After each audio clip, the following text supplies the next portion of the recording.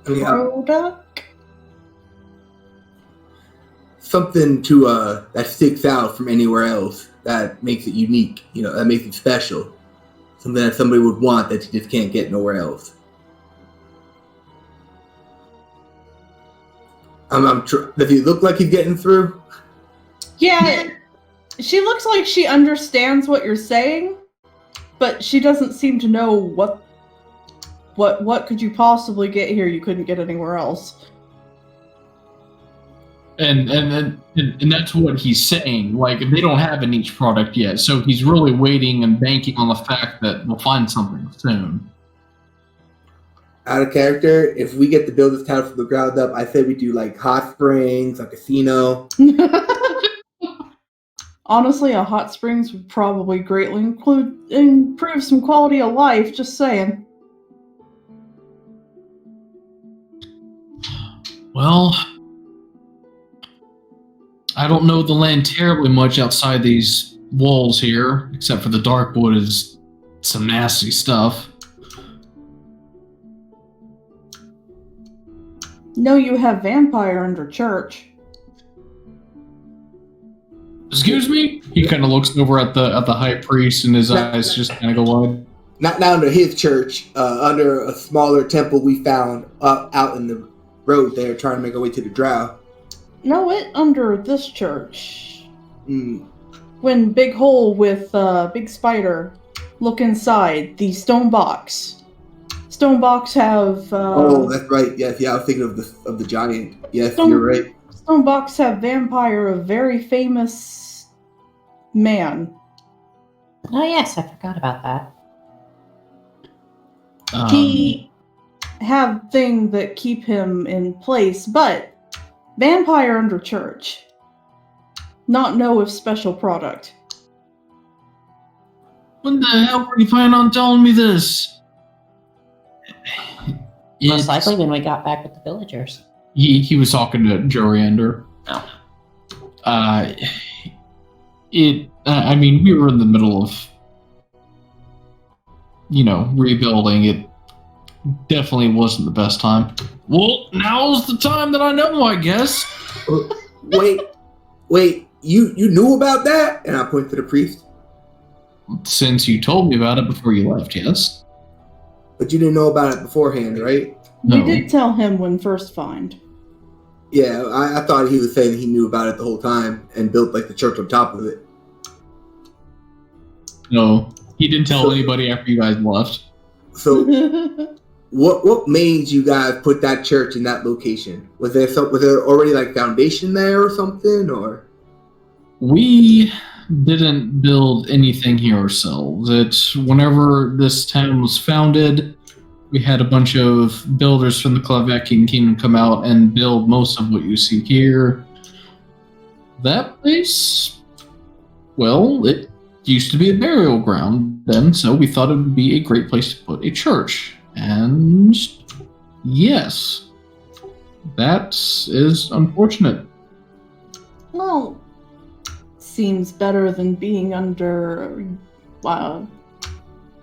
tool store. Yes. Now, has anyone been down there to see this vampire since we told you about it? Have you sent any of your clergy work, or have you yourself been down there? I went down to look at it myself. Nobody else has been allowed to go down that far. And when you went over it, did you know anything of interest you may want to share with the group? Well, his name didn't ring a bell, but from what I've seen, it looks like he is indeed held in place by 3 different things. His transformation wasn't fully complete. It's like whenever you're bitten and you're in the process of transforming, there's a certain amount of your will you can exude over the process. Now, it can't stop it completely, but it seemed like he did stop with the aid of 3 items to completely put himself in a stasis-like state. And I fear that removing any one of those items will undo the work that was put to put him in stasis. You put better locks on. Yes, but Could you not simply stake him? well, there'd be no point. I mean, he's in stasis. He's not going to be moving as long as nobody messes with it. If I simply lock it up, it shouldn't be an issue. I mean, as far as we know, he hasn't done anything evil. I mean, he was a very courageous man in his life. That why we not mess with. Yes, that's what essentially prevents me from doing anything as well. You all told me that he was a very renowned adventurer over in the Klavekian kingdom, and I can't help but feel some unfortunate fate fell before him and got him into that mess. I mean, the stories never said anything about him dying, or I guess never really had an ending at all. Well, I think something happened and he wanted this stasis to occur so he wouldn't turn. You may very well be right. But if that were to get out, and we did use that as a focal point for our city, well, with good news comes then people who want to exploit things. I not say you tell anyone about. I just say you have. Maybe be careful with. Yes, definitely. Could add end to story, though. Maybe not say where, but say what happened.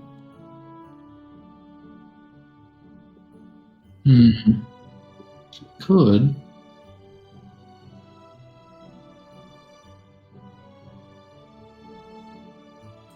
Good thought. I mean, what kind of fish do you guys usually catch around here? You think there's some kind of trade in that? I mean, fish up north can get quite big. True. All we really deal with are trout. The rarest sight are marlin. Oh, there's some exquisite catches of whoever gets lucky enough to spear one of those. Is the spear in it the only way you guys can bring it in? Spear, well, essentially yes, because they'll simply tear through any net. They are some big suckers, you know? I'm gonna make a mental note to maybe try to design a more stronger net later. But we can worry about the niche attraction later. For overall improvement, it'd probably be somewhere in realm of, I don't know, for a large distribution and economic stimulus, probably about 1,500 gold or something like that. Well, I can donate 500 of that. yeah, I'm thinking we could probably take care of that.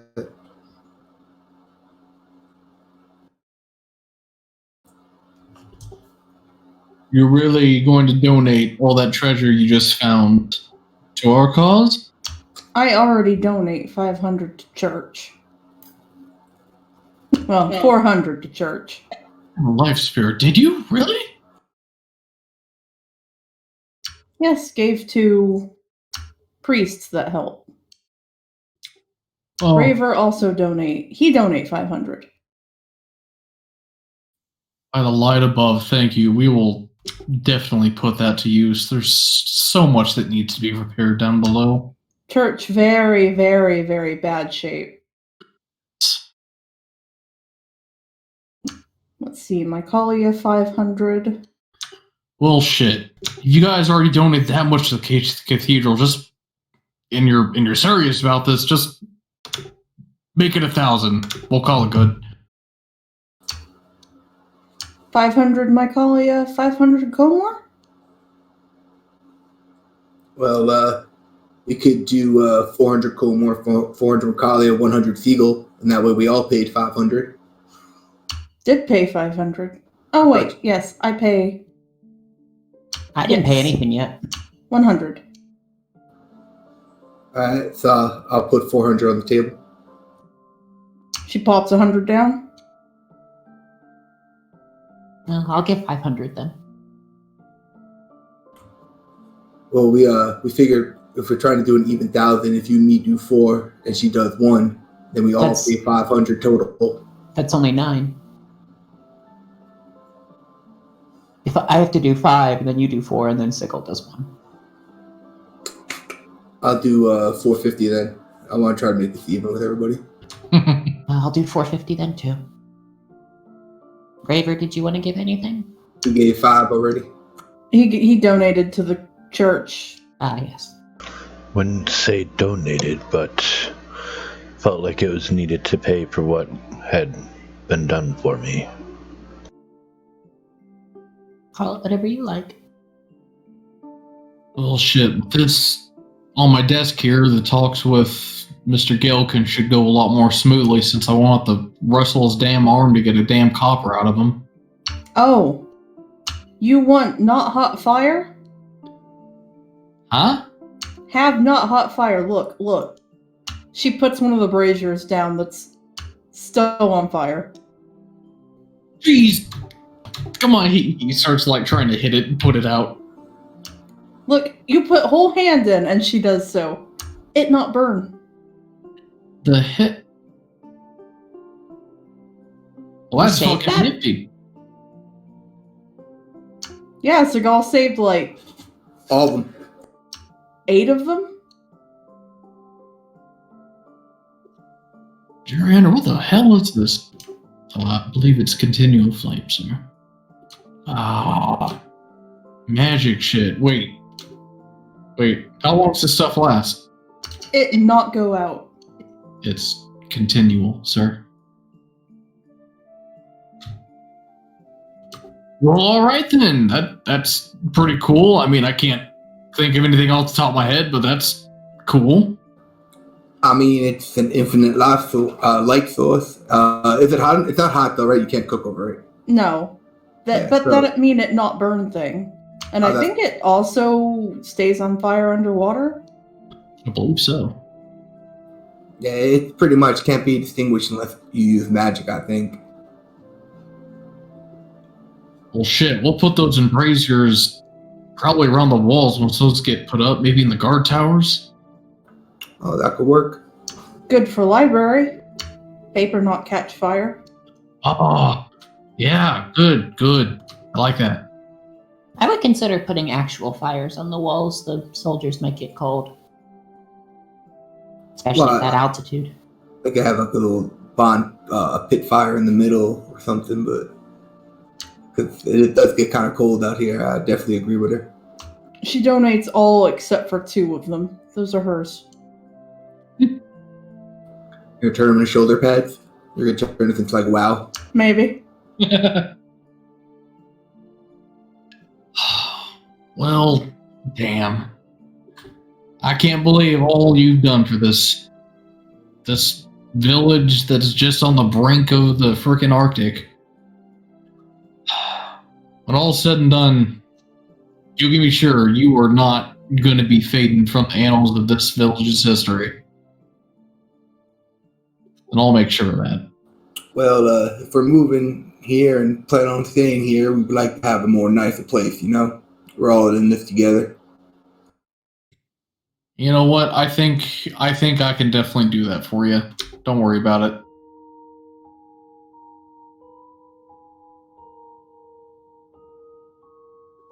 Well,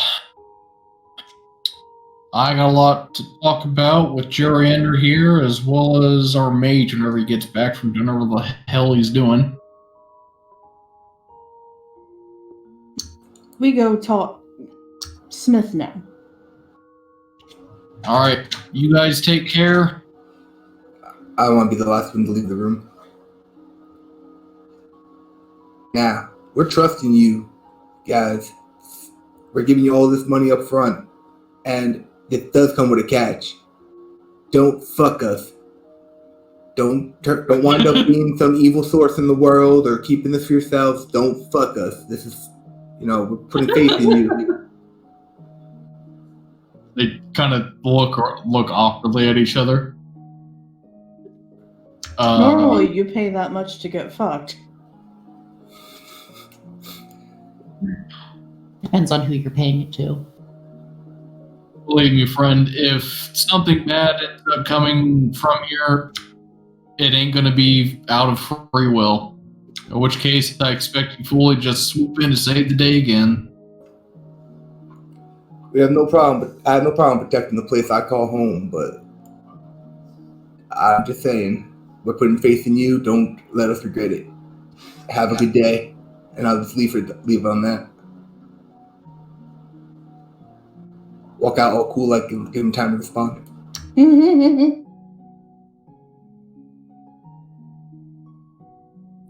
Here we are at BS. Make that a fucking doormat or something. I could see that being at the front of Kamor's house, yes? Don't fuck me.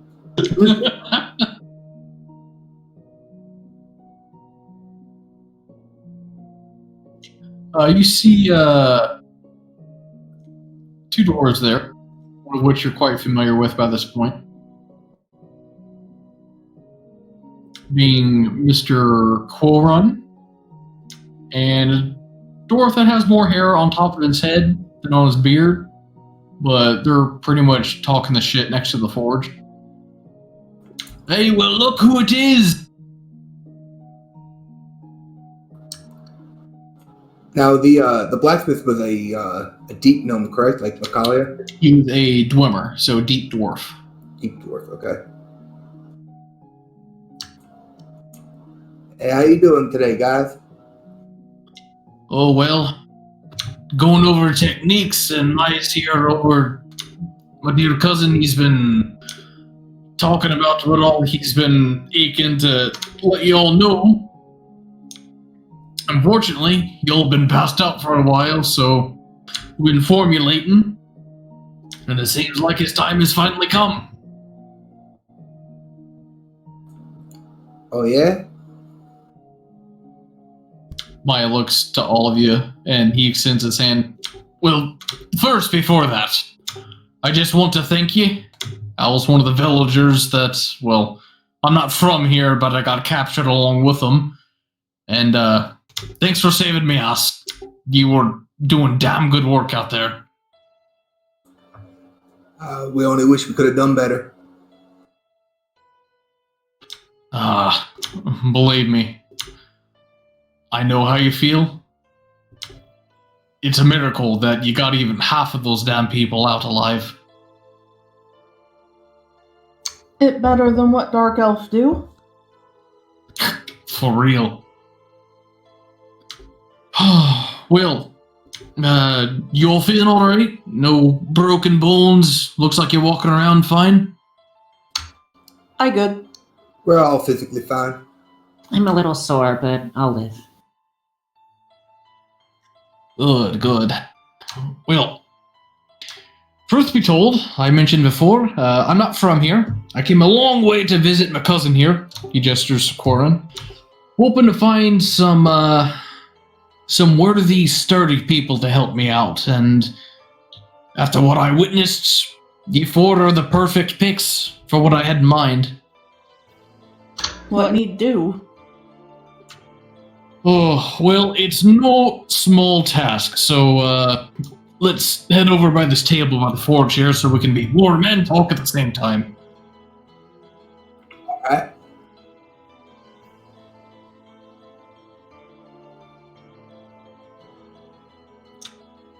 Oh, alright, well.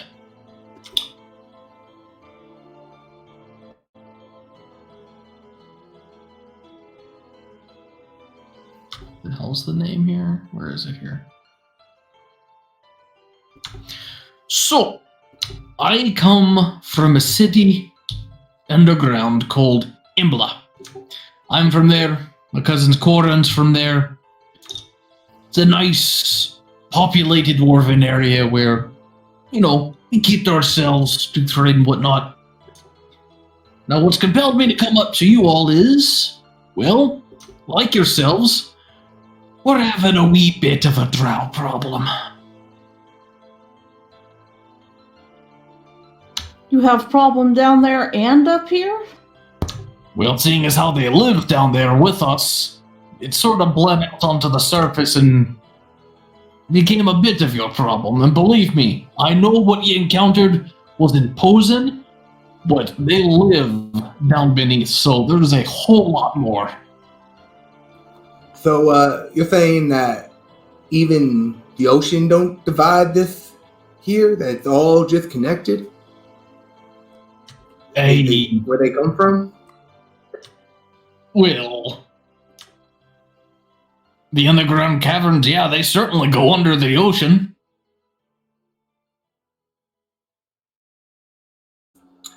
That place just sounds endless. What have they been up to as of late? Well, something's changed over the last few months. See, we knew of the Drow. They kind of, kept to themselves, which is fine, but things have been getting strained quite a bit before they just cut off contact with us completely. We've always had an uneasy truce and some occasional trade between them. But now they've pretty much more or less declared war on us. Fucking whole off. Yeah, they've been acting all sorts of peculiar. Have you guys noticed anything of like maybe the sun being blocked out or anything like that where you're from? They're underground, dear. Well, I mean, was he underground when he got captured? No, I was up here. We don't have sun down there.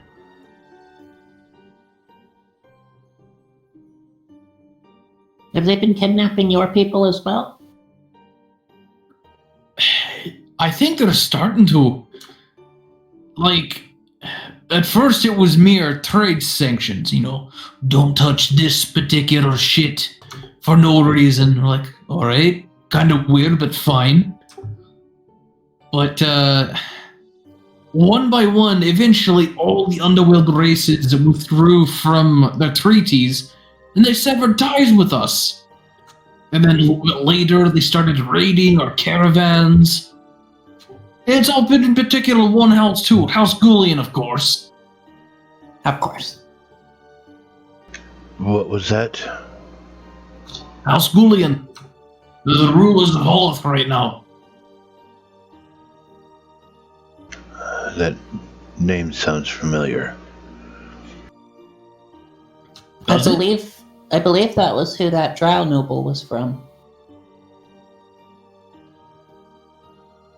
Really? She lose head, though. Well, that's something strange. You think nobility wouldn't want to come up here, but... Fucking hell, they're even reaching their hands up here? They seem content on getting sacrifices, I believe. I'm not sure to what end, but... You think there might be something trying to push the Drow, and they're just looking for a new place to locate? Or you feel like this is more of a hostile takeover kind of thing? Well, at first we thought it was our fault. Because, they started doing the trade sanctions and withdrawal, and when that happens, you gotta get your food from somewhere, so we built new roads and established new relations with the other races. But it apparently fucking pissed them off, and they started killing or capturing every single one of us that came across, including hijacking and looting our caravans. As far as I can tell, the ones who were captured and survived were enslaved and drugged back to Holoth, and none of them have come back. They may be sacrificed to God. Narnaeus. That's definitely not the god you want to be trifling with lightly.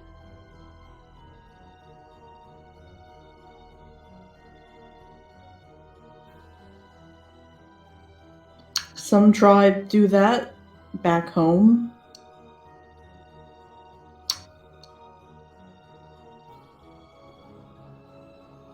So, you trying to get us to go with you to help y'all?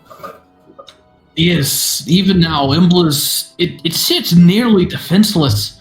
Most of our able warriors are either killed or they went missing, while the Drow of, Holmes are grown even stronger.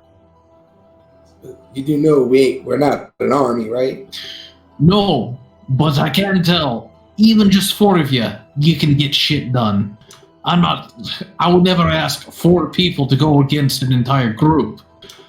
But you seem like you know how to go about and maneuver about places where you can't be seen easily. Otherwise, how would you have gotten into the damn fortress? There are over 100 people in there. That was more luck than probably anything else. But It mostly luck.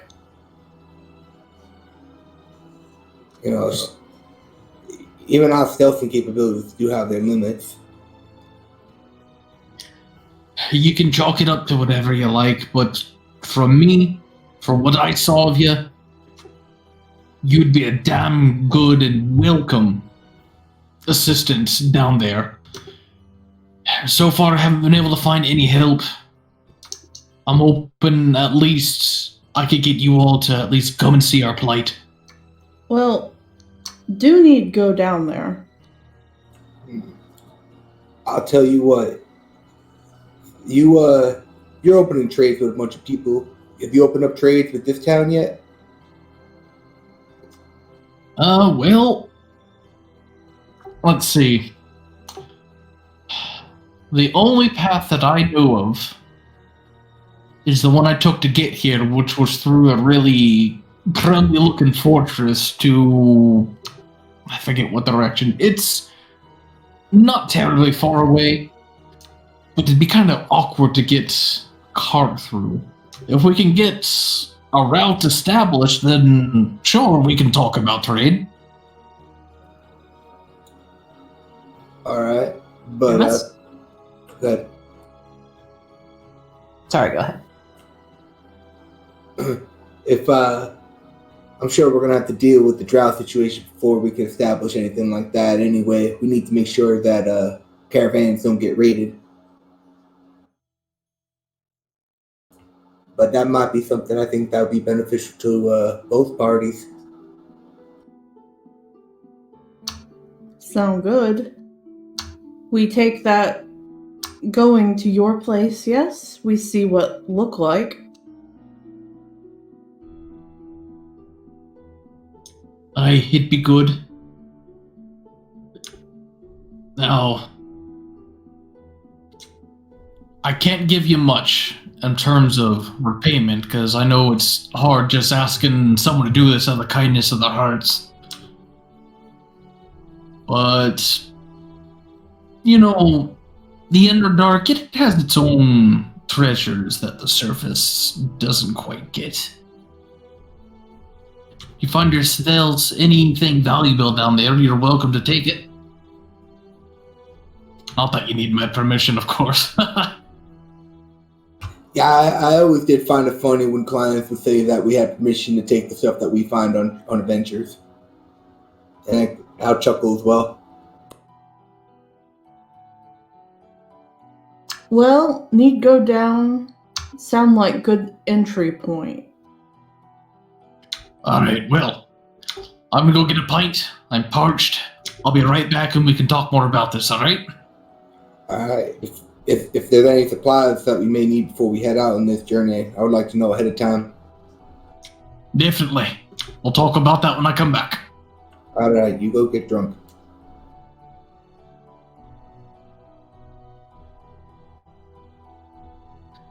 So, thinking about accepting my cousin's offer, do ya? Yes? I have been away from home for quite a while. Even though I don't live there anymore, it means a lot that you're helping out like this. As a token of thanks, I'll let you each take something from a shop. free of charge.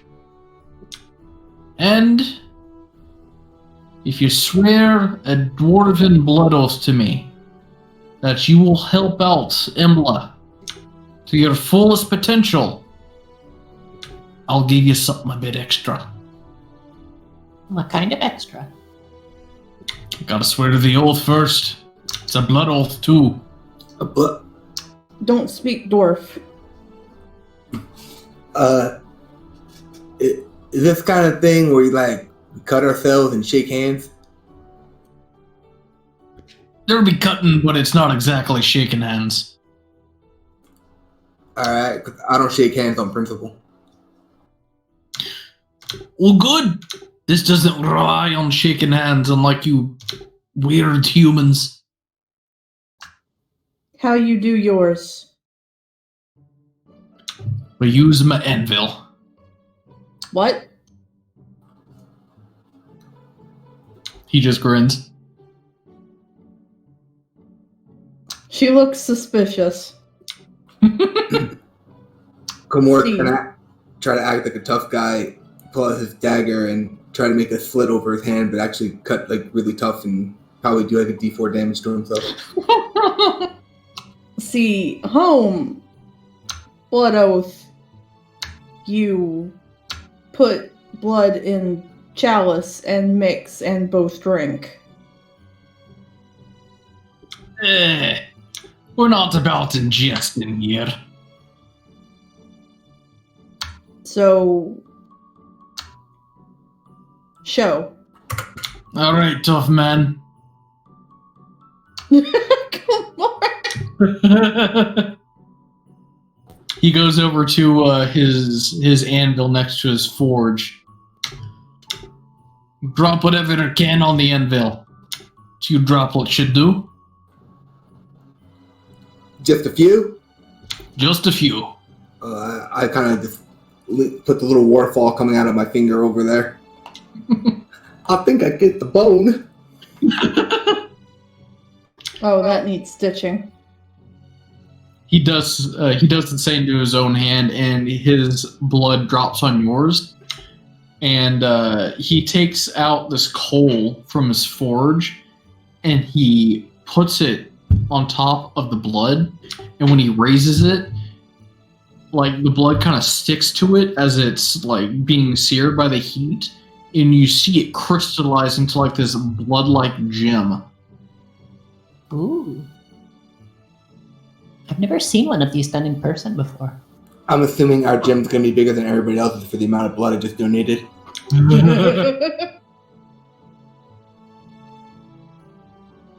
I'm gonna put a little hilt on this, and this blood-forged dagger will be a symbol of our oath. Each of you needs to do this if you want something extra.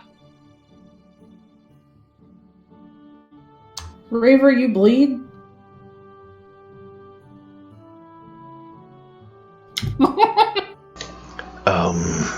I would hope so. I grab one of my arrows from my quiver and slice the tip across my my palm of my hand. Yeah, you bleed. It's taking a sweet time coming out, though. Oh, look like you have enough now. Go anvil.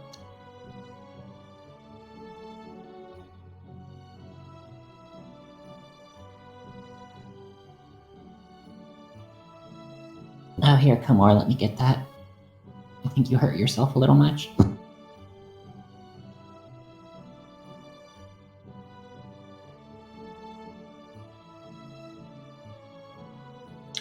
Do you put some of your blood on the anvil?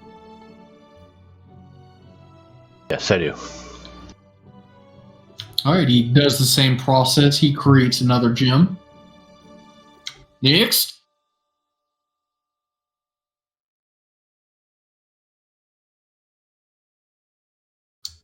Excuse, Raiver.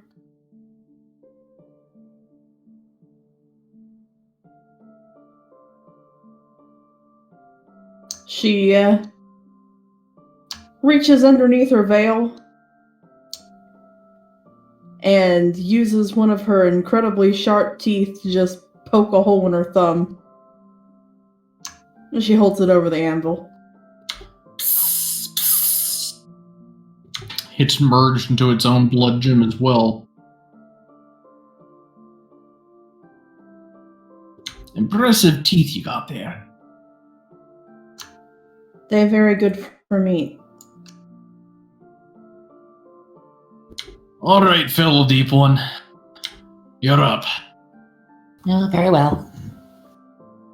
She pulls out her dagger and slits her hand a little more expertly. What a boss.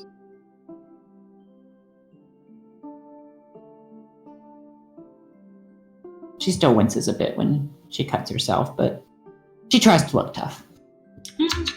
Why you all do a cross palm? It looks cool. It hurt when hold weapon. I can heal it, it's fine. Why did you do your finger? Wouldn't that hurt more? Easier heal, not move all time. Right, the last blood gem is made. And he nods in approval at all of you. All right. Well, truth be told, and don't go talking about this. I made a few special items back in my day before I came here. Special items of magical nature. I'll lend them to you while you carry out this oath. Certainly help do oath. He did say lend. Joke's on him. I doubt we're gonna survive.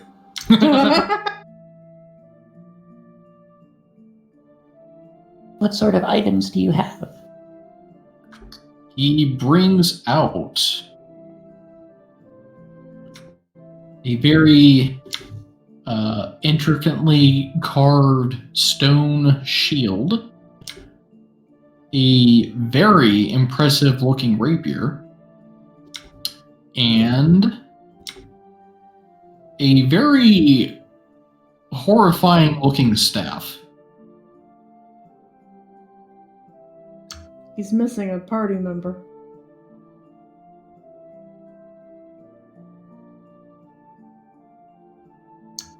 What these do? That staff ugly, by way. Something for the deep one. What does it look like?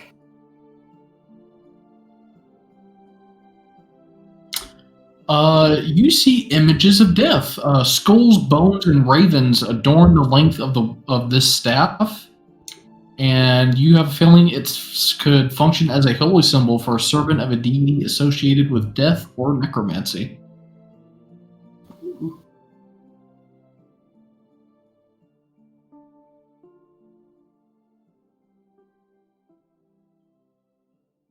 Did you say the shield was made out of stone?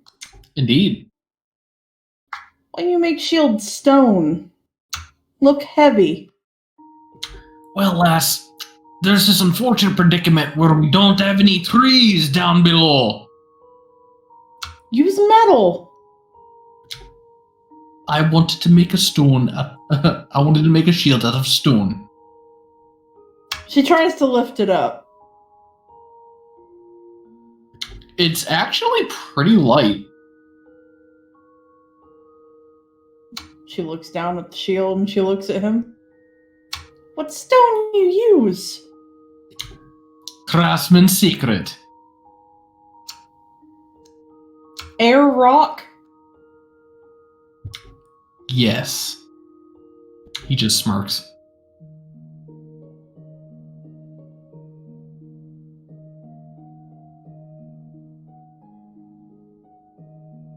I look over this rapier.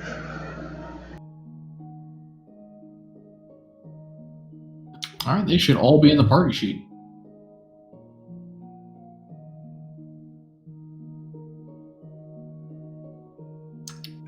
casts Moonbeam. Nice rapier.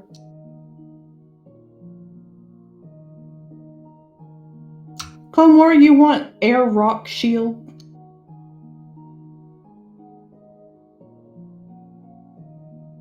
I could certainly use it. You use shield? Yeah, she has a shield. It's on her back. She's not wearing it right now, but she's had one. So this guy only gave us 3 items for 4 of us? It's what he made.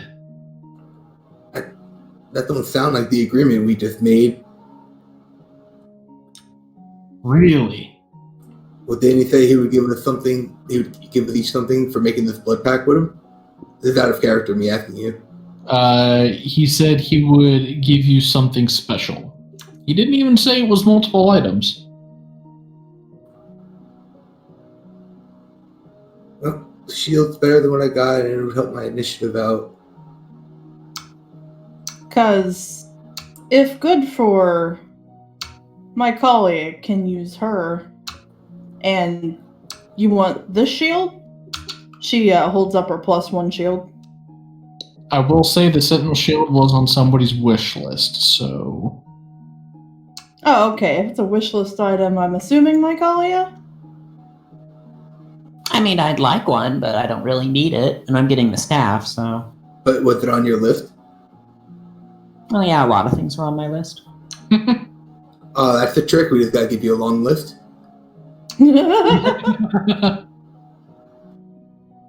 I wanted to staff with the woodlands, personally, but... Yeah, you're not getting that at level 5. Yeah. But Seagal is offering Comor the +1 shield if he wants to use it. Yeah, I mean, if that little shield's on her list, and let her take it. No, you can have it. Take your shield, Mycalia. Yeah, it was on your list.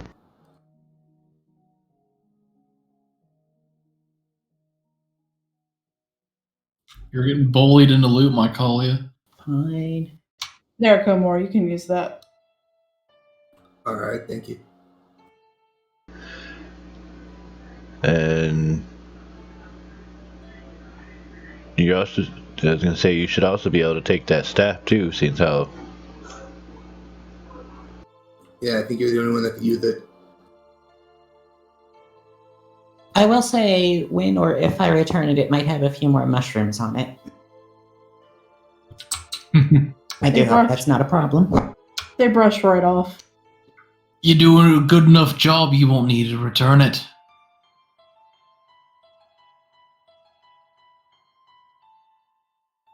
Well, thank you very much, sir.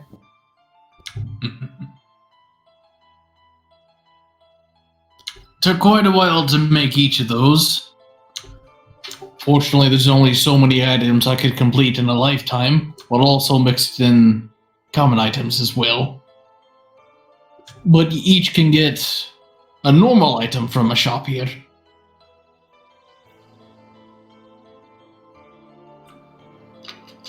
Let me look at medium armor. What kind of armor does he have for medium? I think he has everything except full plate. Which I don't think anybody in here wears, so...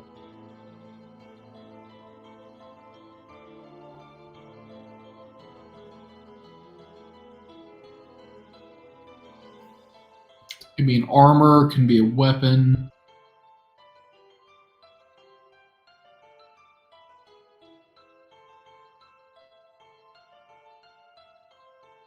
Or if you want him to modify something that you're already wearing, you could try and ask him about it.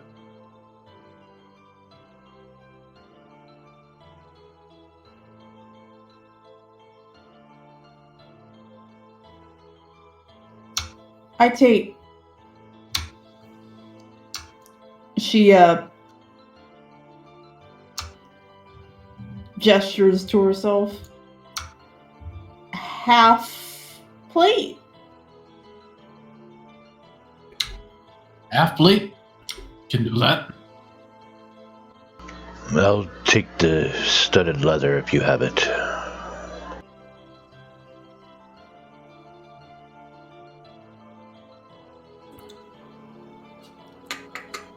I'll also take a half plate. You guys should be able to grab that from the item list. Okay, cool.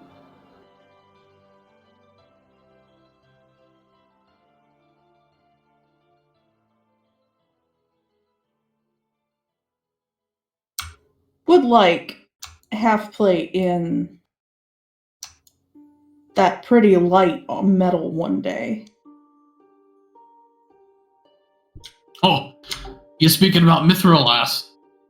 It much lighter. Much lighter and much rarer, unfortunately.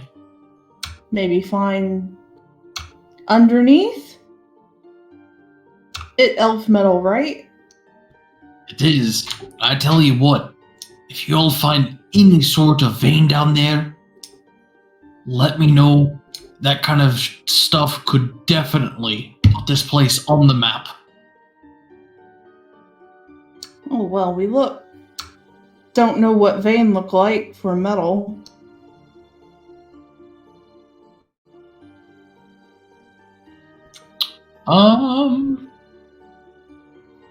I'm sure my fellow deep one there could point you to it. If you know what to look for. Have I seen it before? Do I know what it looks like? You've been around the Underdark to know what a mineral vein looks like, because, you know, they're pretty much etched into the rocks. You would have encountered it by some point in your life. I've seen a bit of it. I should be able to point it out. Though I doubt one's just going to be sitting along a road.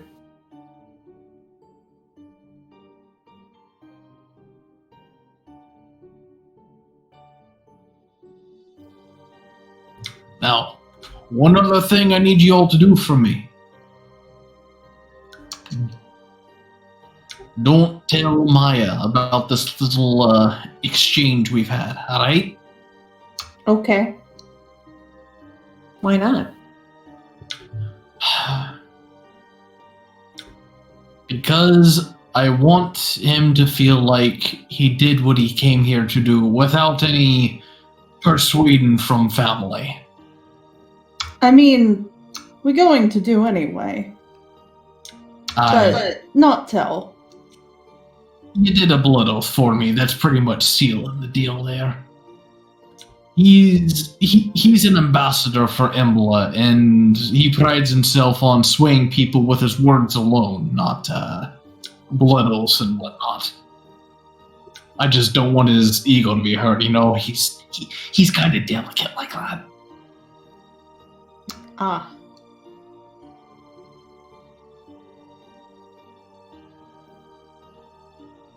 Not a word then. Good. Oh, here he comes. I'm gonna look busy.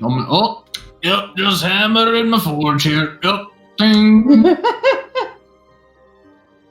Did he hide the daggers? Yeah. Oh! You know, for a cozy place, I wasn't expecting a good drink like that. Alright, sorry for keeping you. And O'Corin probably talked your ear off about medals and whatnot. Yes. Well, you have any questions at this time? When would you like to head out? Well, I know you all just woke up today, so we can wait a little while. Thinking, I don't know, maybe 2 weeks from now?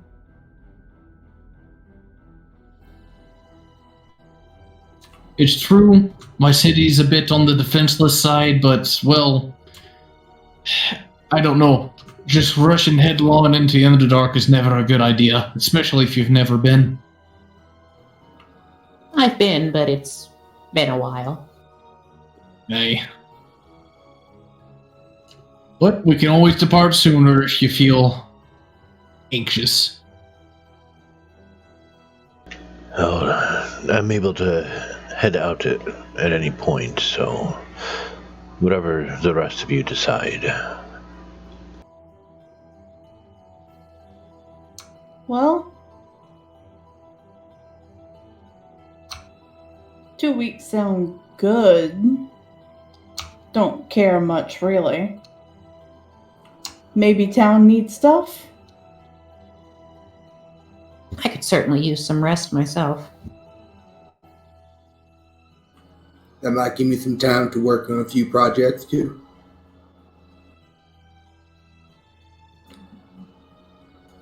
Want to make sure we're prepared before we start heading down there.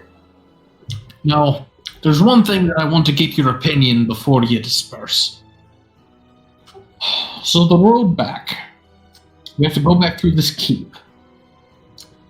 Keep is essentially in the middle of, well, a lot of interesting shit going on around it.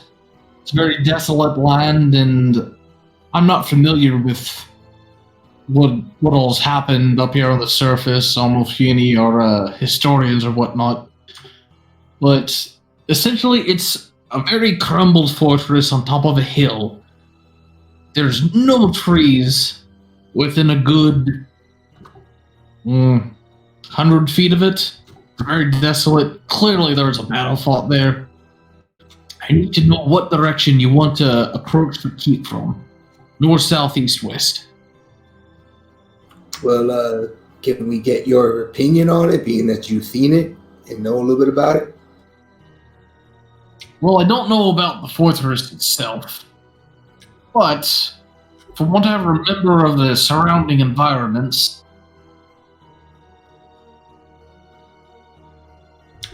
let's see, in the north,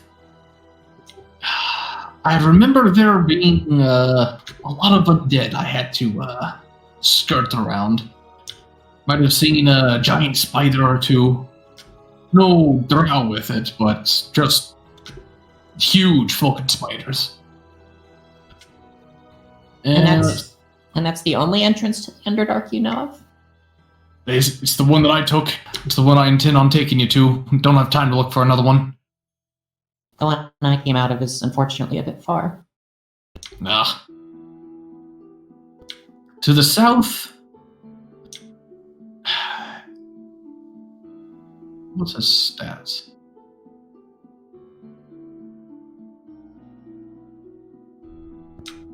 So I attempted to go southwards a bit, but I could smell magic in the air. There was nobody around, but it felt like I was being subjected to lingering remnants of magic that had been cast a long time ago.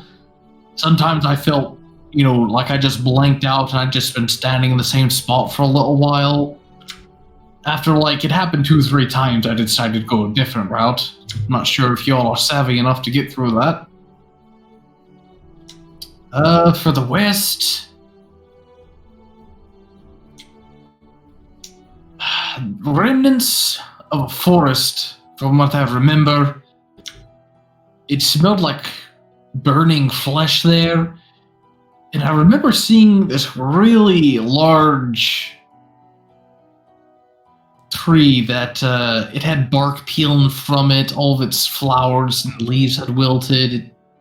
It looked unsettling. I didn't want to risk going close to it, so I avoided that way. Just a lone tree? Well, there were a lot of, not a lot of, but sparsely spread out, but that one clearly stuck out to me more than the rest. Interesting. In the east, definitely some hillside with a snowy traverse. That's the side that I went, though I was pretty careful about my surroundings. Definitely heard some loud roars from on top of the snowy slopes. I don't think they were wolves, maybe something nastier. But I definitely got the feel that something was wrong there. I guess my luck came in and got used up when I went that path.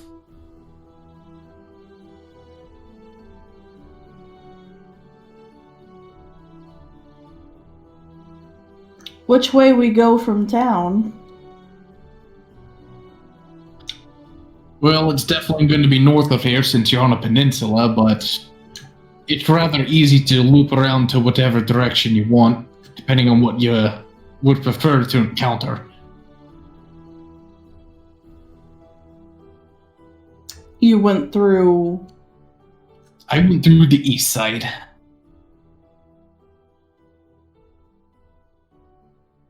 And of course, 2 weeks will pass by the time we get up there, so stuff may very well have changed. Well, we see one closer.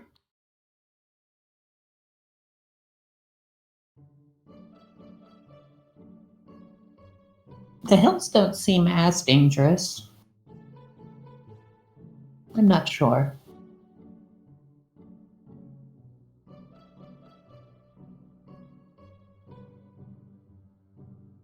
Oh, see, what was to the north and west again? The north, he said he saw some undead. And to the west, it smelled like burning flesh, and he saw a very diseased-looking tree. I thought the tree was to the south. No, the south was where he felt all those magical remnant spells floating around. Ah, okay.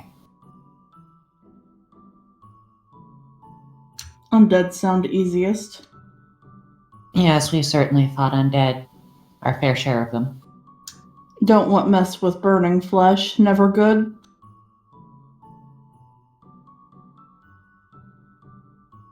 I have an ability to commune with trees, though I'm not exactly proficient in it. I'm still new to this whole tree thing, and she does little air quotes. Tree might just be saying kill me. It that sick.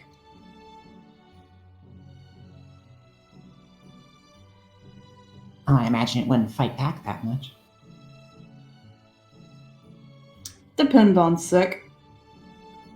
From his general description of the area, everybody can give me a history check.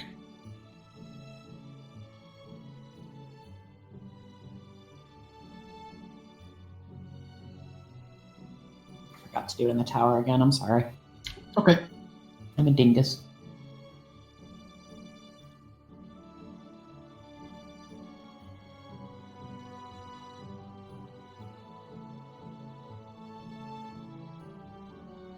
Do you want me to do it again, or are you just going to take that? No, I was waiting on Raivers. Oh, okay. So Raiver, you've just woken up. Your memory is still fuzzy. It doesn't really sound familiar to you at all.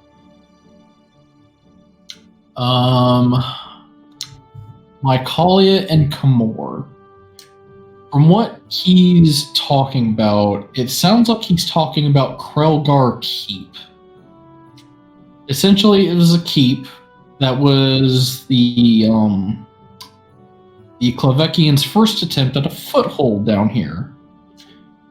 And about a third of the way through building it, the Vicmordier was like, nah, we ain't gonna have that.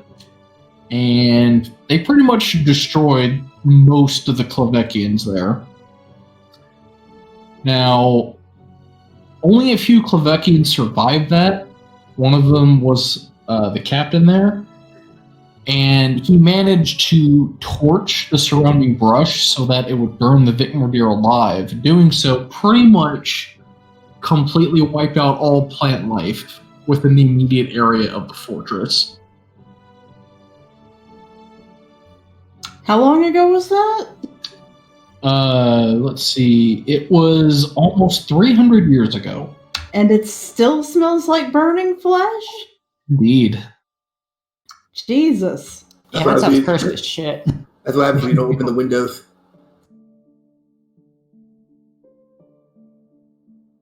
Yeah, I think I'd rather take my chances with the undead. Yeah. And... Yep, that's it.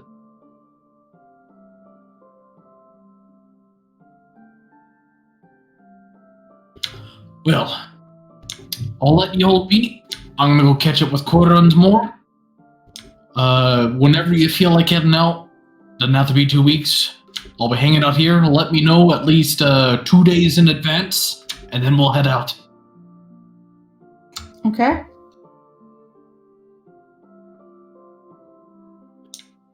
All right, so I don't know how often this will come up.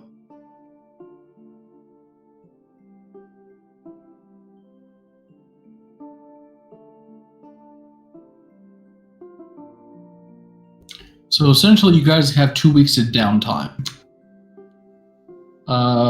Each week is 10 days as per tradition. So we're going to go down and see. Well, first of all, are you guys intending to use all 2 weeks to get prepared? Might as well. More or less. Okay. I would like to spend some time to try to develop a stronger fishing net for the fishermen to try to catch those marblades or whatever they called them. Marlin? Marlin. When they do go out, I can use locate animals or plants. Ooh. And on any other days, she's going to ask around to see if there's any particular mushroom-based flora around. She's going to use that to see if she can find some and jot down some notes. Draw a little picture in her journal.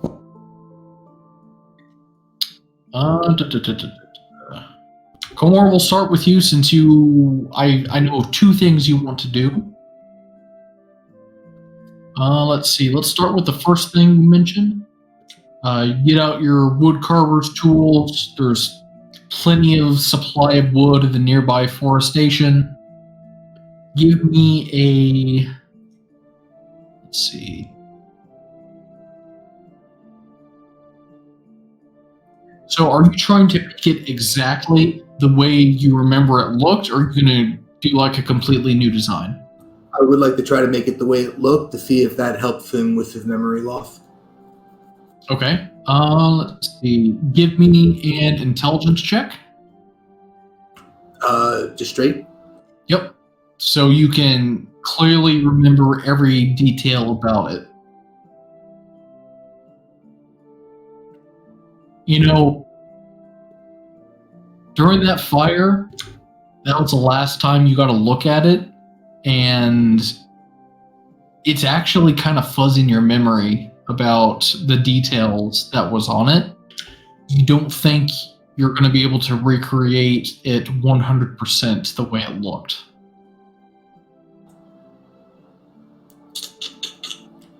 I would like to try to make it, keep the designs what I can, if I can remember more of the top, and then have the bottom layer more of a flame design to represent the fire.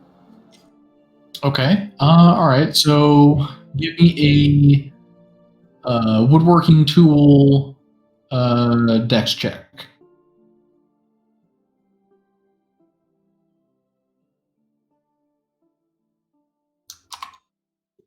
Okay, you definitely get the base shape down perfectly. You get the eye holes perfectly. I think that was about it for the defining features. So you went for the top for what you remembered. You start, let's see. If I remember, it's swirls. They're like some type of golden swirls that would leave off the cheek that would separate from the eye hole and reappear above the brow. If I remember that correctly. Yeah. Okay, so you start chiseling away at the swirl patterns to the best of your ability. Unbeknownst to you, they're obviously not the way that they were, but your craft and skill alone is so good that you're confident that, you probably won't mind, because, of course, you probably don't even remember it. So you get the top half done. I'll let you do another intelligence check to try and remember, or see if it jogs your memory about how it used to look on the rest of it.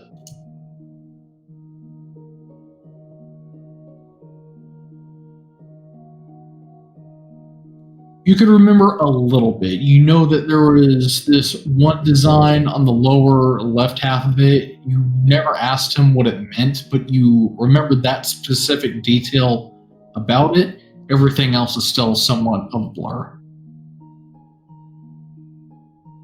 I'll do what I can. All right, give me another woodcarver tool check.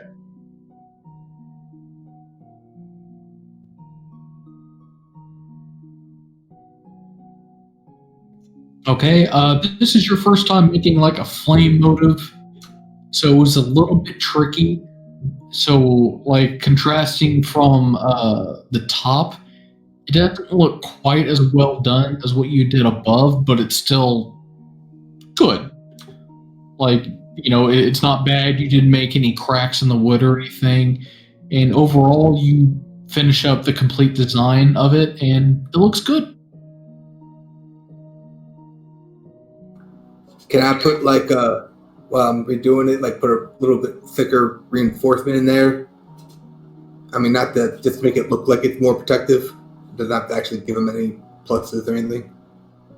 Like metal on the sides or something like that? Yeah, just something like that. Like maybe a slab of metal and have 2 pieces of wood on either end of the metal, so the metal's not really showing. Just so like it looks like so it has like a little bit of extra protection on it. Okay.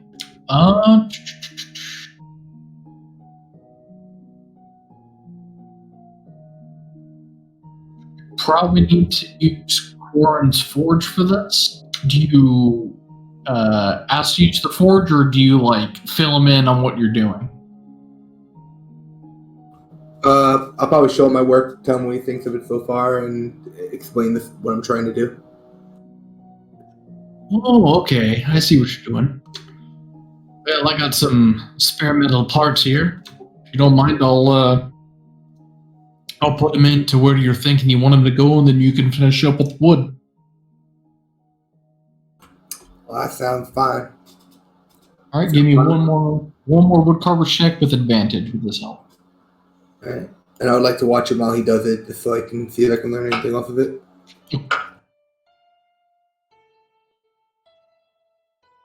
All right, with his help, you make your little extra additions to make it a little bit more durable, pretty much without a hitch.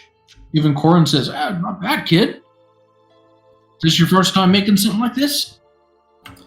Yeah, I never made a mask like this before, or actually a mask in general. Well, if you put in a shop, I wouldn't be surprised if it got bought on the first day. I'll keep that in mind, but this one's already spoken for. Well, hope you liked it, lad. Good luck. I appreciate it. And I'll head out. Let's see. We do his second week thing. Raiver, what are you doing? For the time frame, I'm actually going to ask the blacksmith if he could be able to do some improvements on my original rapier.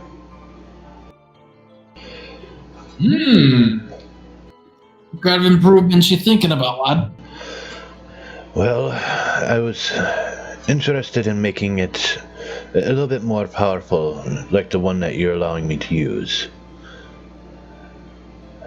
I feel a connection to this one, and I would like to keep it as long as I can.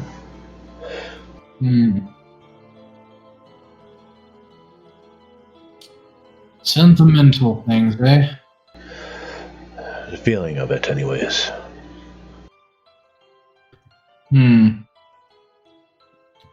Well, what I want to do, I'm pretty sure I can't. And the other thing that I can do will probably take a lot longer than 2 weeks.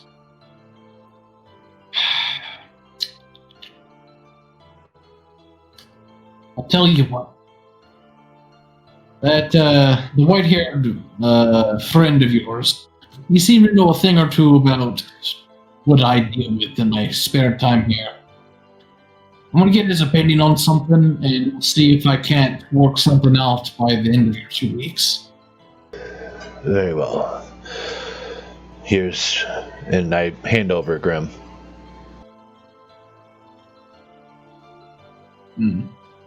Leave the other one too. All right.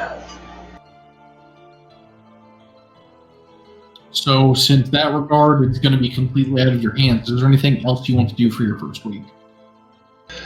Other than that, just kind of taking the time to go over my journal and try to recall anything that's happened in my past time here. But still kind of getting interrupted by most of my time trying to recall to that of the image that I last seen. Okay, give me an intelligence check with disadvantage.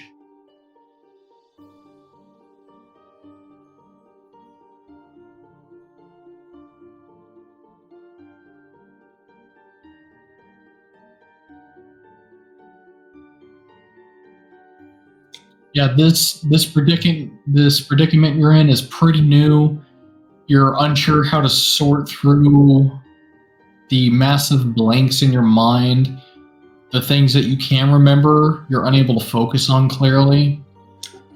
If what everyone claims is true, you've been through a lot, and considering the state you're in right now, you're kind of surprised you're able to remember anything at all. You have a feeling it'll probably take some time before you're able to recall anything back then. All right.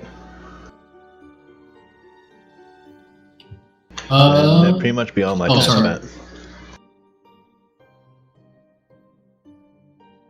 Was someone going to say something? Oh, yeah, it's just me saying that's pretty much all I did for my whole time frame then. Okay. Mycalia, what are you doing for your first week? Kamor's going to do his fishing thing during his second week. Well, she's gonna stop at the shop. Do they have any gems for sale? Gems for sale. Anyone you're looking for in particular? Diamonds preferably, but honestly, anything. Speaking of that, I need to give you guys one. Yeah, she had a very nice earring. Of indeterminate value. Are we just gonna sell the party sheet stuff? Yeah, are we? Yeah. Yeah. I don't think we're gonna use any of it. Yep. I'm good with selling it. Is that hunting trap still there, or did we leave that at the estate? Oh, you guys used it. Yeah, it got used.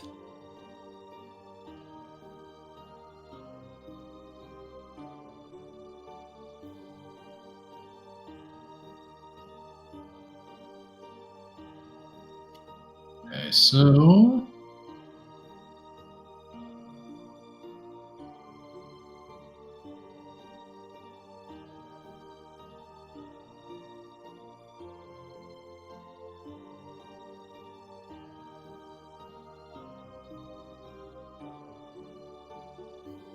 Oh, it got nerfed.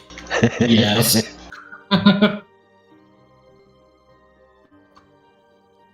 Ooh. What color is it? Oh, let's see. Deep amethyst. So traditional purple. Purple diamond? Yes. Pretty. All right, so you're looking for diamonds. Well, if she's already got this one, Okay. she's gonna... are there any reagents for spells I could use? Question. Augury needs something worth 25 gold. Something or...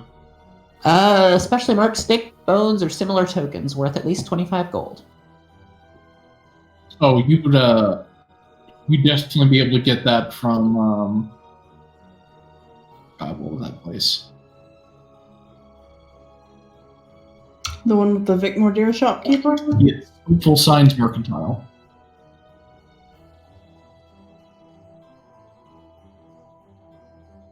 She'll buy that and the one for divination whenever she gets that. Which is... I don't know, I'll look at it later. Also, are there any plants that could perhaps provide yield within a half mile of here that I could cast plant growth on? I assume they don't really have a farm, considering, snow, but... Could you get with the mayor and ask him? Yeah, she'll ask the mayor.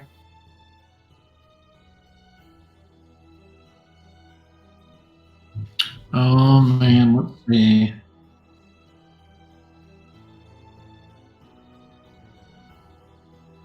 What the hell grows in Arctic climate? Potatoes? Potatoes. I think. Do turnips or radishes do?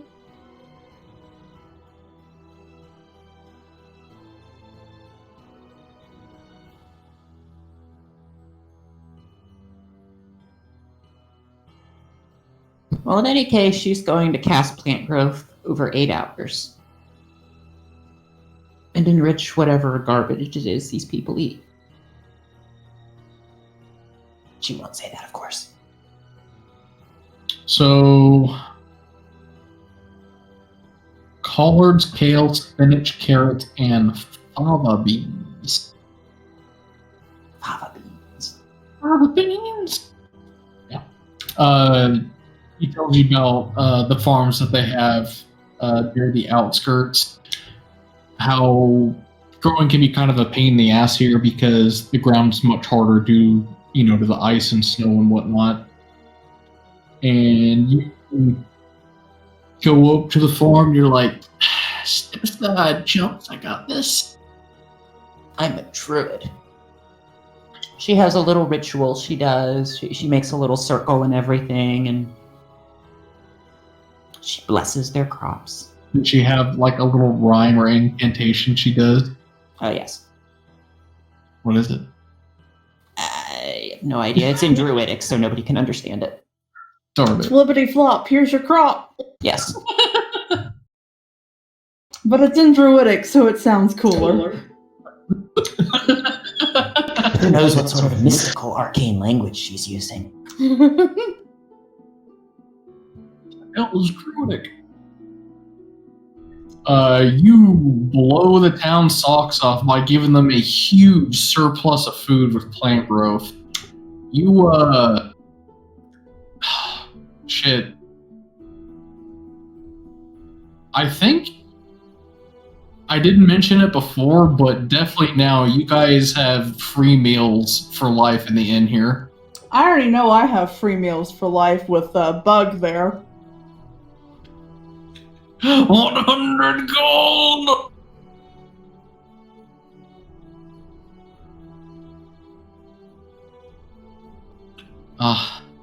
Buffing the economy one spell at a time. Breaking it with magic. Agriculture? Yeah, whatever.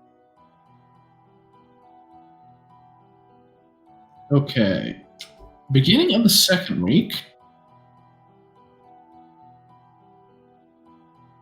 I can find this thing here.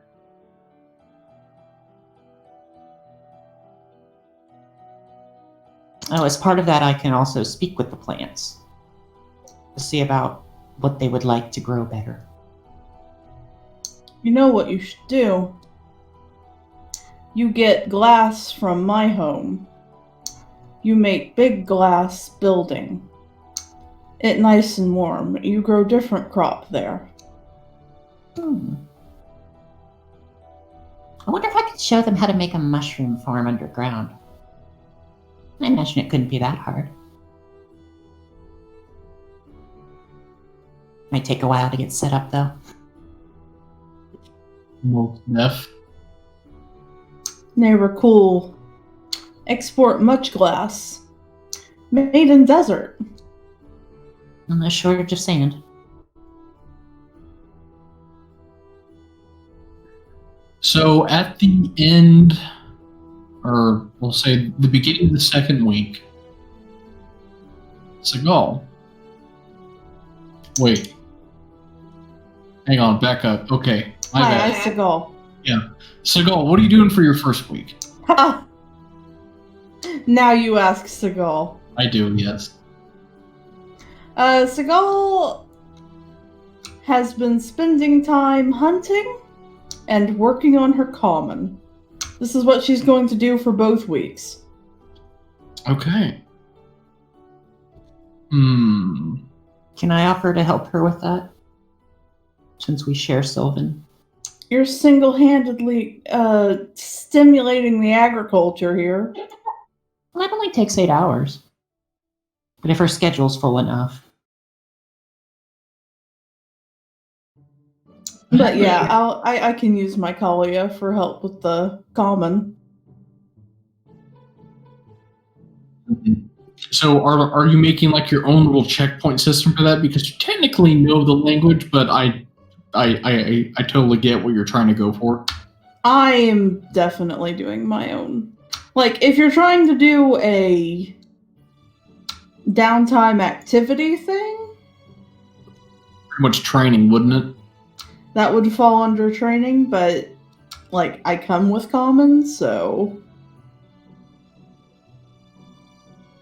I think for my downtime activity, I'm technically doing... Doesn't that fall under working?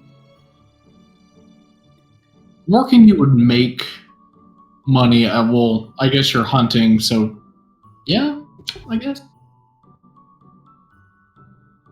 Were you hunting for like pelts and meat for the village? Yeah, that sort of thing. There's only so much she can do. Short here.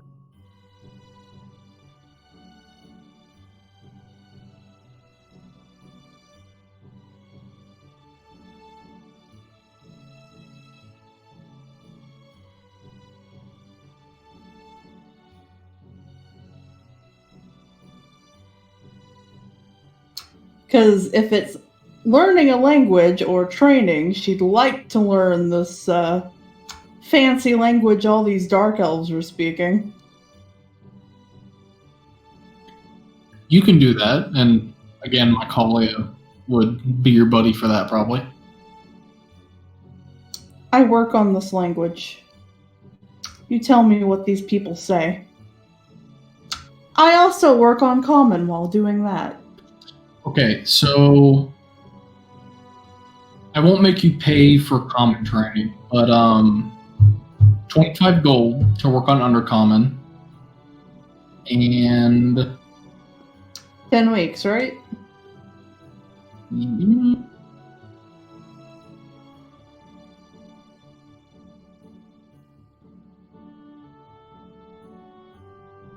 Here's my chart. Let's see. 10 work weeks. Yes. And it's minus for every point of intelligence modifier you have, which is 0 for me.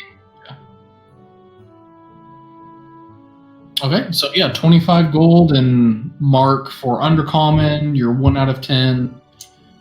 And make an intelligence check with advantage for improving your common.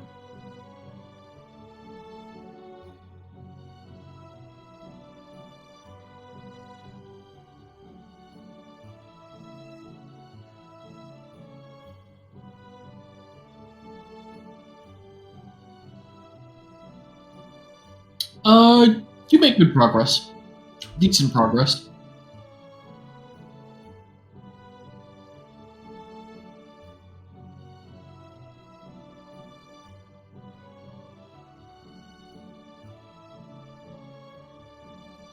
All right, now at the end of the first week, Seagal, you hear a familiar voice speaking to you from the trees when you're out hunting. It's Nahuel. She'll head towards the voice. Child, get the others you travel with and come out here to the wood. You stay, be back. She goes to go round up her party.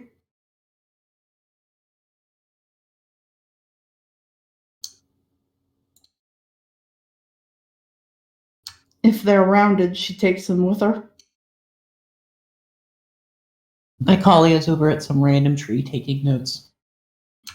Out on the edge of town. And I'm in the process of selling my leather armor. I'm arguing with a bunch of fishermen that my neck's better. Well, when you all have a moment, Father wants to speak to us. Your father wishes to speak with us. Yes. Follow me to woods. On the way there, I'm going to give Reaver his mask if it's done. Yep, it's done. Hey, Reaver, I know you don't remember this, but you're one who kind of liked to wear a mask, so I kind of made you a new one here. It looks very interesting.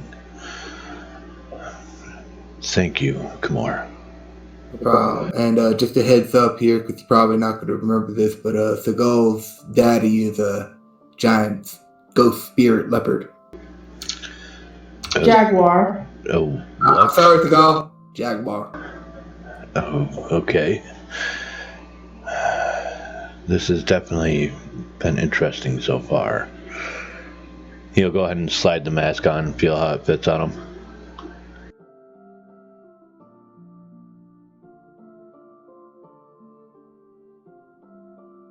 Goodbye, Dreamboat Raiver.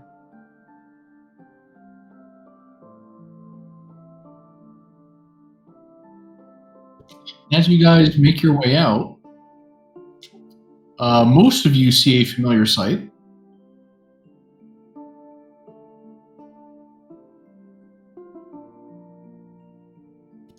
He's sitting there perched atop a rocky cliff, and he's looking down at you. His ghostly blue eyes rest on Raiver. His ears kind of fold back as he lowers his head, as like he's studying you, and he sniffs.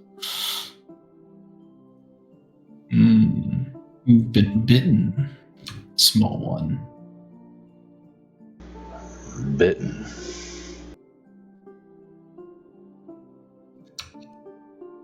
Bitten by an Ornaeus. Claimed, touched.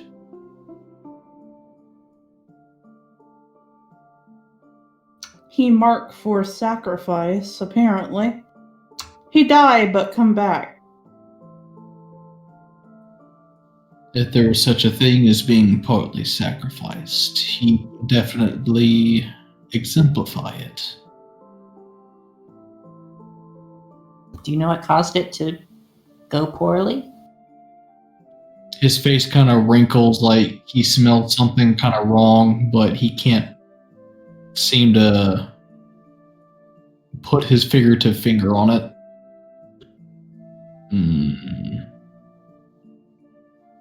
The man has always reeked of death, but now more so than before. If he was marked, then I would ask the one that put the mark there. Oh, she dead.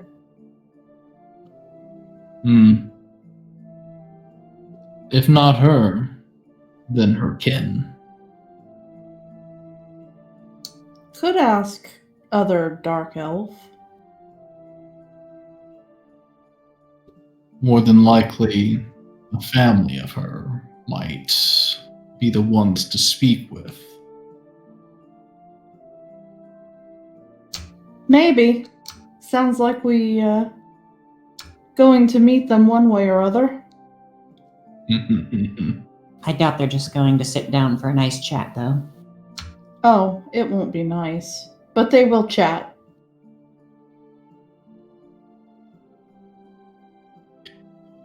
I watched the intense battle at the house.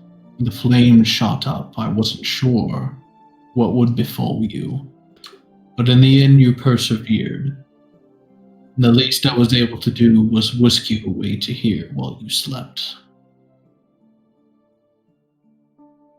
So it was you, then. It was I. Yes. You did, after all, do as I asked. You did what you could for the artifact. I know it is no longer on the surface. No, it went below. But we are going below might still find.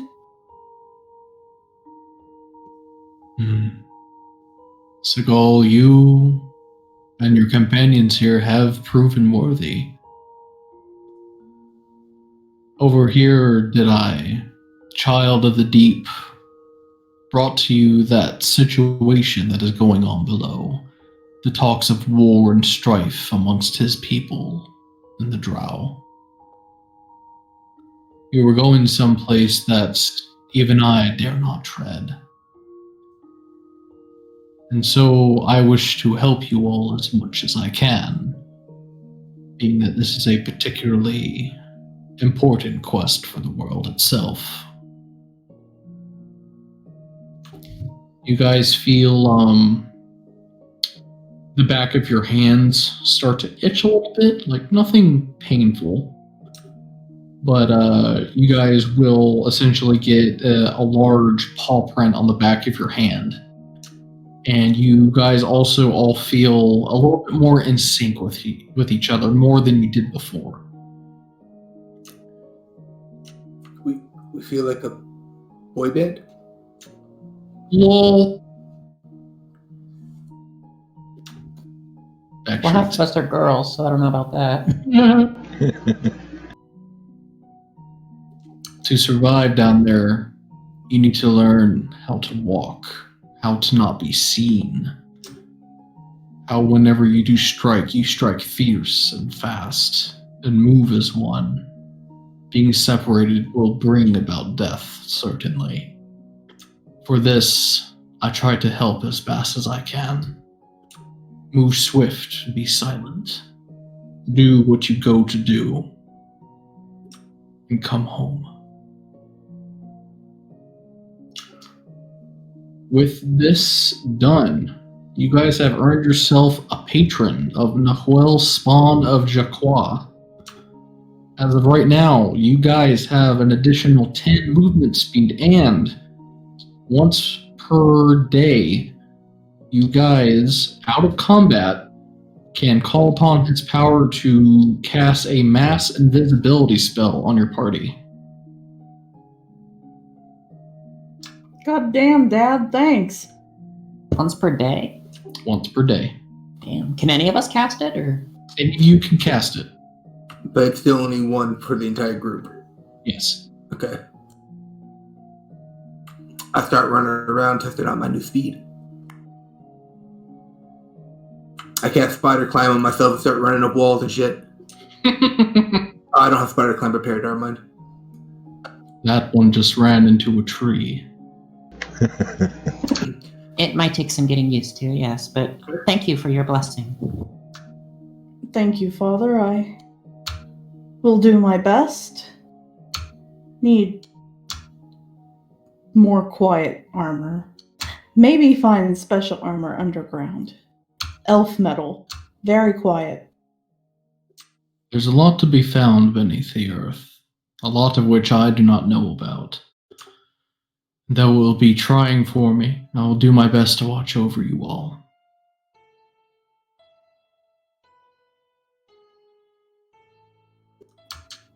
Surprised you so far out here. Is there a way home close? I can return home whenever I choose, child. Worry not about me.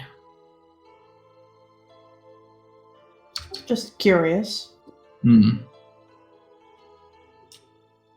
Continue your preparations. Be prepared for the horrors that lie between here and the depths below.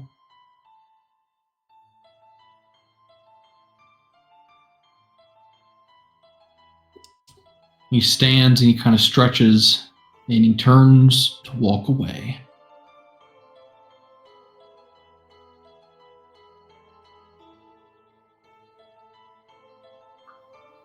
See you later, Seagal Spirit Daddy.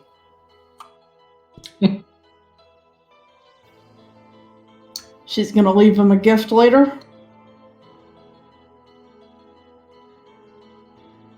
Put a little dish of milk out beneath one of these trees.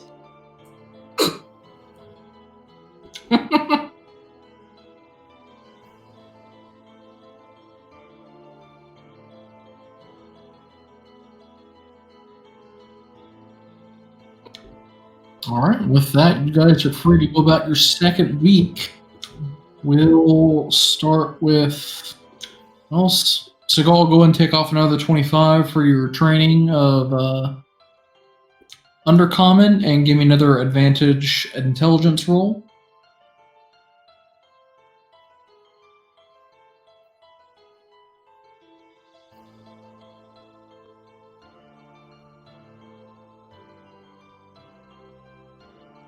Was it undercommon or were you learning regular common? I'm paying for the undercommon lessons. I'm just working on my common at the same time. Since I technically know common, I'm just practicing. You don't feel like you've made terribly much progress. Halfway through the lesson, you just kind of got super frustrated, and at that point, you just kind of didn't want to listen to anything else for the rest of the time. I went out and hunted extra with my... It's the extra 10 movement. I'm a barbarian, so moving 50 feet now. Thanks, Dad! I leave out another dish of milk. Okay, Kamor, before you're heading towards the docks to get ready with your net, show these boys how to fucking fish, you hear a familiar voice coming from behind you. Oi, boy, wait up. Oof. Okay, I turn around. It is Coron.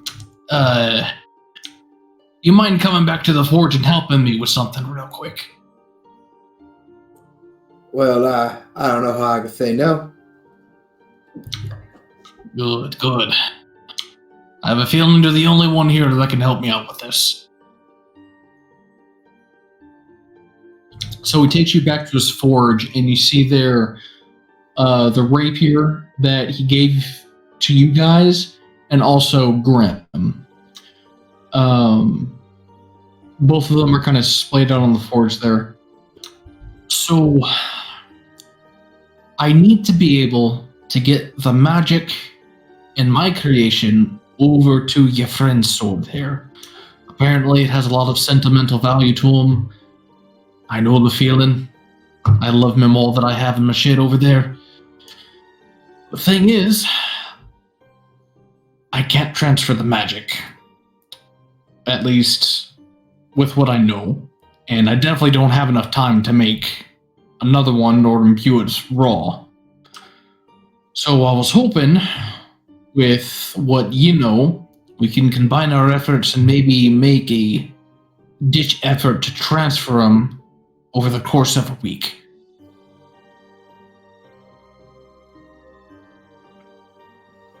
Out of character, so this will take up my fish netting thing, right? I won't say it will. Alright. Well, regardless, I'm gonna do it. Well, alright. What's your plan here? So, I know you know how to use forge tools, eh? I know how to use many tools. And I'll change my tools into some hammers and other forge stuff. So essentially he's going to try and understand the basics of what it means to be an artificer when it comes to imbuing items specifically, and he's going to use his knowledge of smithing combined with your knowledge of imbuement and hopefully transfer the properties of his blade into Grim. Alright, but I'm going to have to point this out real quick. You said we had to return these items to you. So do you plan on just trying to take the infusion out of this later and put it into another sword? Or do you plan on keeping his sword? Well, the thing is, lad, he swore a blood oath to me, so I know he's going to succeed, eh? Yeah, we are going to succeed, but we were supposed to give these back to you afterwards. Was I mistaken about that? He just chuckles. Don't worry about it, lad. Alright. I just wouldn't upset that man. One day he's going to regain his memories and he's going to not be so friendly. What are you talking about? He already seems kind of stiff. Yeah, he could be a little rotten to his core sometimes, but he's a good guy. All right, give me a Smith's Tool intelligent check with advantage. It's gonna say wood carvers, but it's I changed them with advantage, correct? Yeah. I crack my knuckles, and then I shake my right hand because I realized I cracked the knuckles with a metal hand on the other side. Oh. All right. You're able to start the process off on a good note. Nothing amazing, but definitely a lot worse you could have done. So with that first step completed, you were off towards the fishing boat you're originally heading towards, and my colleague is waiting there for you. She went. Hello, how you doing? I'm not exactly fond of being on a ship again, but I suppose it's to help the town. Yeah, hopefully. Now, is my net done, or I spend this week making it? Because if that's the case, then I'll just watch how they do it now and try to build off of the system they already use. We'll say you already made it. Give me an jeez, what the hell did you use to make it? Just an intelligence check for the overall blueprint design and an implication of the tools needed. I'm going to say you made the net, but you weren't able to fully utilize your infusion abilities to get that extra durability out of it. And you even tested it out by like carrying some heavy rocks in it, and it broke. All right. Well, then I'll spend this trip here seeing how they do the methods that they use and see if I could try to use that as a stepping stone to build off of it. Okay. All right. So, Macaulay, you get on the boat with Kamor, and they set sail off, and you're going to use your spell to locate some marlin? Yes. Okay. I can do it as a ritual, or I can just cast it. Okay. I don't know how many marlin they're going after, but you can keep it up all day.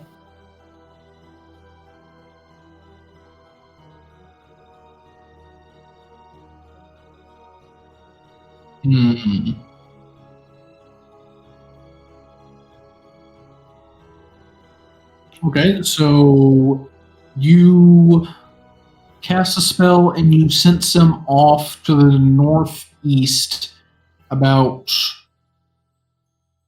let's see, what's the distance here? We'll say about 1,000 feet. So a bit of a sail. Not as far as it could be, though. Are the winds nice at least? It's a pretty nice day, yeah. So they get out there and they're like, kind of look at each other like, you ever seen someone just know where to find fish? No, but I mean, Do you have a better idea? no, we are completely indebted to you. We will definitely try this out.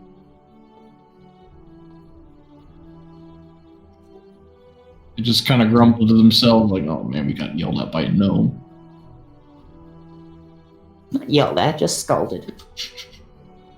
All right, so you get to the aforementioned spot, and they cast out their nets. Let's see how long it takes here.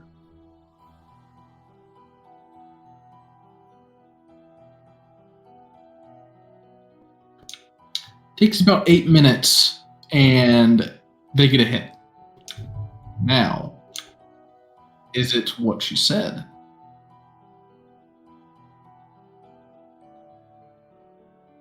Oh, yeah.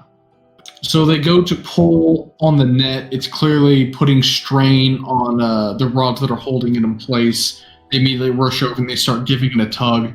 Kamor, you can see that like it's taking pretty much the entire crew of 3 people to pull on this net, and they're like barely making ground against whatever this is caught on. A few seconds pass by, you see this huge fish with this long, pointed nose that's flapping about the water that's being pulled in. Though currently, it looks like it's a bit uncertain because you can tell that that net, you know, it has about the same durability as the one you made because you didn't do a very good job on it. Are you going to keep observing or are you going to pitch in? Are they just hardcore pulling it in, or is it like a pulley system with rope? They are hardcore pulling it. They do not have pulleys. I'll try to pitch him, but I am not a strong man. Okay. Can I cast Enlarge Reduce on him? Would that like break him through the ship or something? Reduce the fish. Yeah. Oh, yeah, you can do that. Well, it'd have to make a save though. Let me see if I get a stat block for it. Enlarge the boat. Then it's gonna be that much harder to pull him over. That's a Marlin. I think okay, yeah. Okay.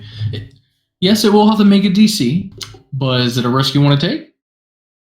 I was gonna say I could just enlarge Komor or one of the sailors because they'll get advantage on strength checks. Let's see. So the fishing boat isn't terribly big, and you think if one of them gets enlarged, it might increase your chances of capsizing, especially with a large fish pulling on it. But you can still try it if you want to.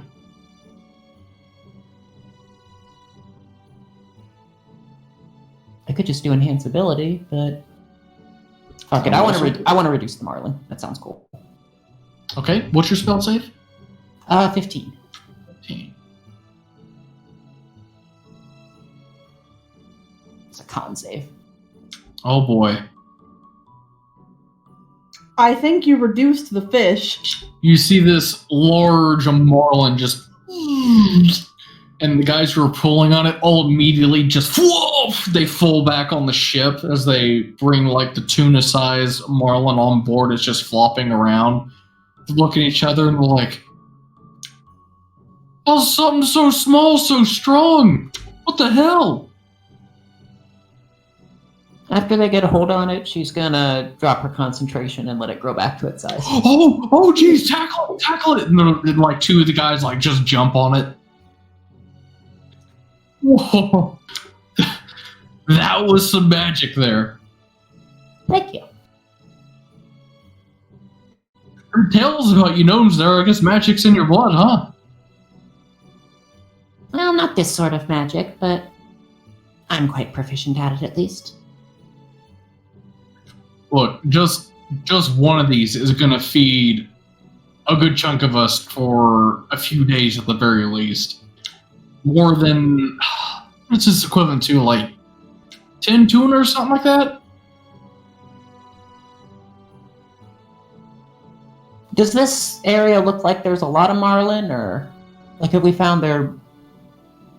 I don't know how fish work. Do they have like a home or something? They travel in schools, right? Yeah, schools, though the bigger ones tend to, go their own way. You know, this seemed like an area where marlin tended to frequent. It's definitely harder to pick up on whenever you don't have a fish locator. Marlin are freaking huge, jeez.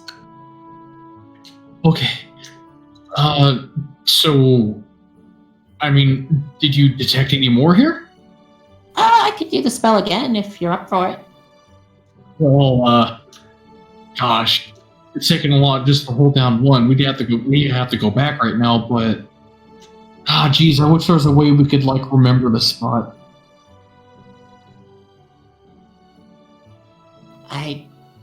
I'm not sure I have anything for that, I'm afraid. Well, y'all got a barrel or something? I mean, if we can get a barrel with like a long enough rope or sort of chain or something like that as an anchor, you could have this like a little marker out here. Maybe paint the barrel so it's easier to spot in distance. Oh, shit. Oh, God, you're right. Why didn't we think of that? Good thinking, guy. Yep. So they take the barrel that has like most of their fishing supplies in it, and they just fucking dump that shit out.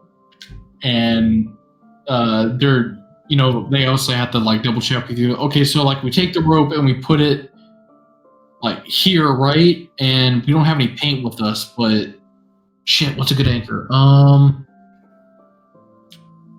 Anything with weight, I suppose. I mean, we could always use the boat anchor. Get a new one back when we get to the dock. Screw it, let's do it. So they take the boat anchor and they tie it to the barrel and they toss it overboard like a charm. The barrel's just bobbing away. And then when you guys come out here next time, just bring something with it to make it a more brighter color so it's easier to spot when you guys set off. Eventually, you're just going to just know where to go. I mean, that's just plain old memory right there. Yep. Oh man, thanks a lot, you two. You drastically helped us out here today. Of course. I wish we could do that shrink spell. That made catching these so much less of a pain in the ass. I don't You know guys- if anyone could make a scroll for it, perhaps. Scroll? Like magic scroll? Yes, didn't they say they had a mage in town? Well, yeah, we have a mage in town, but I mean, none of us can use magic or read the scroll, so like we'd have to have a mage with us. Hmm.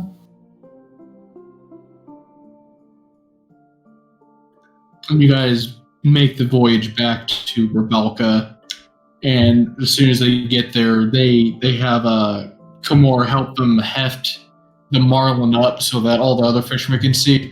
We got one, boys! Look at that! Everyone was like, "Oh no! Woo! They got one!" Clearly, ultimate bragging rights here at the harbor. She lets them take credit. They did heft it in. I get excited and start shooting my gun in the air. Yeehaw!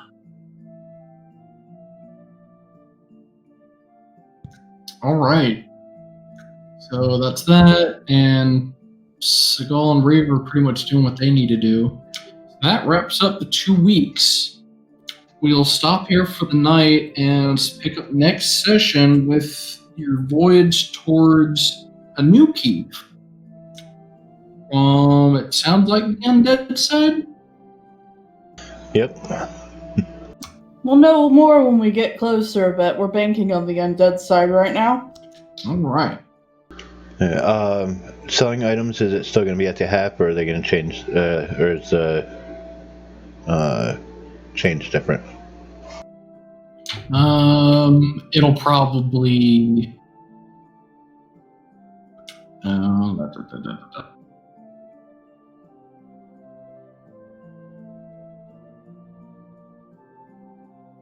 It'll probably be halved.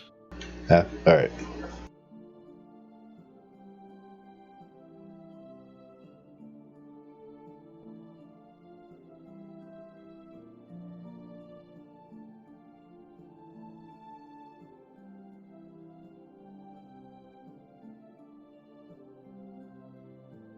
Also, I have a question. Yeah. The staff, it mentions that it only gets a charge when you cast a spell that deals necrotic damage.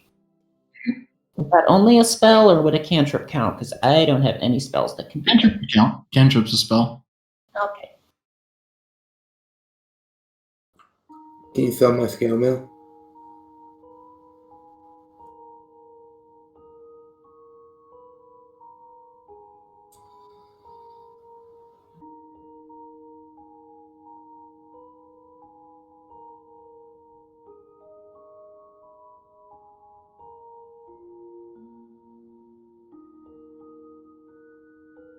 Hey, I'm back to 1,000 gold.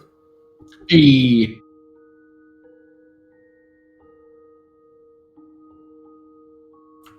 And during that time, I'm obviously going to put my enhanced armor infusion on my half plate. And during the final bit, Raiver, with the help of Kamor and the Smith, they transfer the magical properties to Grim. Nice.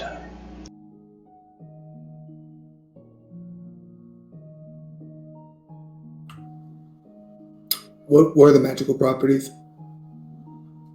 Was it just a +1, or was it more? +1 bonus to attack and damage. I can cast light at will from it, and once each day, if it is on my person, I can use it to cast Moonbeam. And one other. Daylight. Has one more effect on there. You probably missed. Oh, ignores resistance to piercing damage. Ooh.